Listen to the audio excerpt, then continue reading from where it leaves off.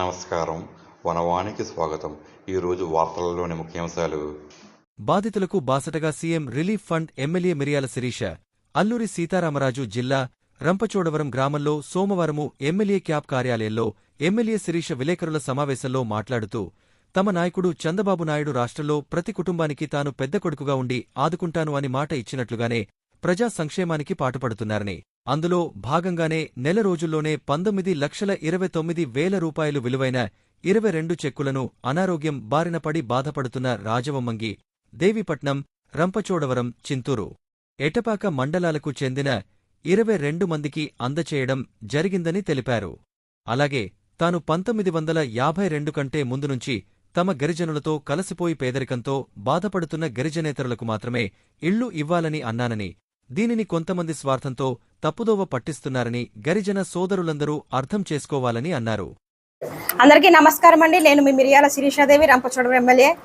Assembly పూర్తి చేసుకున్న తర్వాత కాన్స్టిట్యున్సీలోకి వచ్చి ప్రజల సమస్యల నిమిత్తం ఈరోజు హెడ్ క్వార్టర్లో ఉన్నటువంటి పార్టీ ఆఫీసులో ప్రజలందరూ కూడా అందుబాటులో ఉండడం జరుగుతూ ఉంది. ఈరోజు ప్రధానంగా 22 చెక్కులు సీఎం రిలీఫ్ ఫండ్ నుంచి ఎవరైతే అనారోగ్య సమస్యలతో ఉన్నారో, ఒక చంద్రబాబు నాయుడు గారు, అదేవిధంగా ఎన్టీ రామారావు గారు ఒక కుటుంబానికి ఒక పెద్దగా తన బాధ్యత ఏ విధంగా అయితే నెరవేరుస్తానని మాట ఇచ్చారో దాని ప్రకారంగా అనారోగ్యానికి గురైన ప్రతి కార్యకర్తకి, ప్రతి వ్యక్తికి కూడా ఎవరైతే మన పేరు మీద అప్లై చేసుకున్నారో సహాయ నిధి కోరుతూ వాళ్ళందరికీ కూడా మనం ఎమ్మెల్యే అయినప్పటి నుంచి వస్తూనే ఉన్నాయి. ఈరోజు ప్రధానంగా ఈ నెల రోజుల్లో 22 చెక్కులు రావడం జరిగింది. 19,29,000 రూపాయల చిల్లర డబ్బులు ఈరోజు ఎవరైతే బాధితులు ఉన్నారో అనారోగ్యం గురైన వాళ్ళ యొక్క ఖాతాల్లోకి కూడా చెక్కుల రూపంలో జమ చేయడం జరుగుతూ ఉంది.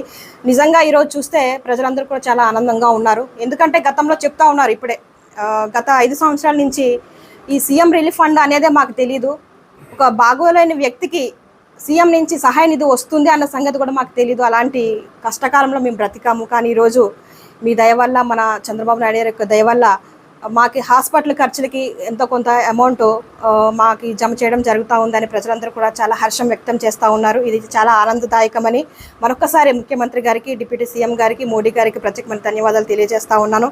ఇకపోతే మరి ముఖ్యమైన విషయం ఒకటి మీ అందరికీ తెలియచేయాలి. మొన్న అసెంబ్లీలో చూస్తే దాదాపుగా 3-4 సార్లు నేను అసెంబ్లీ సెషన్స్లో కూడా మాట్లాడడం జరిగింది. మన గిరిజన ప్రాంతంలో ఉన్నటువంటి సమస్యలన్నిటిపైన కూడా నేను మాట్లాడాను. దానిలో కొందరు వ్యక్తులు గిరిజనులకు తప్పుద్రోవ పట్టిస్తూ ఉన్నారు. నేను క్లియర్గా చెప్తా ఉన్నాను, 1952కు పూర్వం ఎవరైతే నిరుపేద గిరిజనేతలు ఉన్నారో, కనీసం కూడు లేని వ్యక్తులు ఎవరైతే ఉన్నారో వాళ్ళకి మా గిరిజన ప్రాంతంలో ఉన్నటువంటి హక్కులకు, చట్టాలకు విఘాతం కలగకుండా, వాళ్ళకి భంగం కలగకుండా నిరుపేద గిరిజనేతలకు మాత్రమే గృహాలు మంజూరు చేయండి అని చెప్పాను నేను. దాన్ని కొందరు వ్యక్తులు రాజకీయంగానో లేకపోతే వ్యక్తిగతంగానో ఏ విధంగా చేయాలని ప్రయత్నిస్తూ ఉన్నారో తెలియదు. కానీ దయచేసి నా గిరిజన ప్రజలందరూ కూడా గమనించాలి, ఆలోచన చేయాలని మనస్ఫూర్తిగా కోరుతా ఉన్నాను. ఎందుకంటే ఇప్పుడు నేను గిరిజన బిడ్డనై ఉండి నా కంటికి నేనే నా చేతితో నేను పొడుచుకోలేను కదా. ఈ విషయాన్ని కూడా మీరు అందరూ గమనించాలి. నేను గిరిజనులు ఎవరికి వ్యతిరేకం కాదు. నేను గిరిజన బిడ్డను, గిరిజనులకు ఎప్పుడూ అండగా ఉంటాను. అదేవిధంగా మన గిరిజన ప్రాంతంలో గిరిజనులు, గిరిజనేతరులు, ఇతరులు అందరూ కూడా ఉన్నారు. ఎమ్మెల్యేగా నన్ను గెలిపించినప్పుడు అందరి బాధ్యత నాపై ఉంటుంది. కాబట్టి ప్రజలందరికీ కూడా నేను మంచి చేయాలి, వాళ్ళ కోసం పోరాటం చేయాలి. ఇదే దిశగా ఈ 5 సంవత్సరాలు నేను కానీ, నా భర్త కానీ, మన కార్యకర్తలు, మన క్యాడర్ అందరూ కూడా ముందుకెళ్తా ఉన్నారు. కాబట్టి దయచేసి అందరూ గమనించాలి. మేమైతే పార్టీలకు అతీతంగా పనిచేయాలని మనస్ఫూర్తిగా కోరుకుంటా ఉన్నాము. అదేవిధంగా ముందుకెళ్తాం కనుక గిరిజనులు ఎవరు కూడా ఆందోళన చెందాల్సిన అవసరం లేదు. నేను గిరిజనులకు ఎప్పుడూ వెన్నుదన్నుగా ఉండి మన ప్రాంతం అభివృద్ధికి నేను అహర్నిశలు కష్టపడి పనిచేస్తానని ఈ సందర్భంగా నా గిరిజన సోదరులందరికీ కూడా నేను మనస్ఫూర్తిగా విన్నవించుకుంటా ఉన్నాను. దయచేసి గమనించాలి. అదేవిధంగా ప్రతి బుధవారం కూడా, వారంలో ప్రతి బుధవారం మనకి పార్టీ కేంద్ర ఈ రంపచోడలో ఉన్నటువంటి పార్టీ ఆఫీస్ దగ్గర గ్రీవెన్స్లు తీసుకోబడతాయి పొద్దున్నుంచి మధ్యాహ్నం వరకు. మధ్యాహ్నం తర్వాత పార్టీ క్యాడర్తో వాళ్ళ యొక్క సమస్యలు ఏమైతే ఉన్నాయో, ఇబ్బందులు ఏమైతే ఉన్నాయో, ఈ పార్టీ క్యాడర్తో మీటింగ్ కూడా ఏర్పాటు చేసి ఈ సమస్యలన్నీ కూడా పెద్దల దృష్టిలో పెట్టమన్నారు. ఇవన్నీ కూడా మేము సమస్యలు పరిష్కార దిశగా ముందుకు వెళ్ళబోతా ఉన్నాం కనుక ప్రజలందరూ కూడా గమనించాలి. ఇక నుంచి రంపచోడవరంలోనే అందుబాటులో ఉంటాము.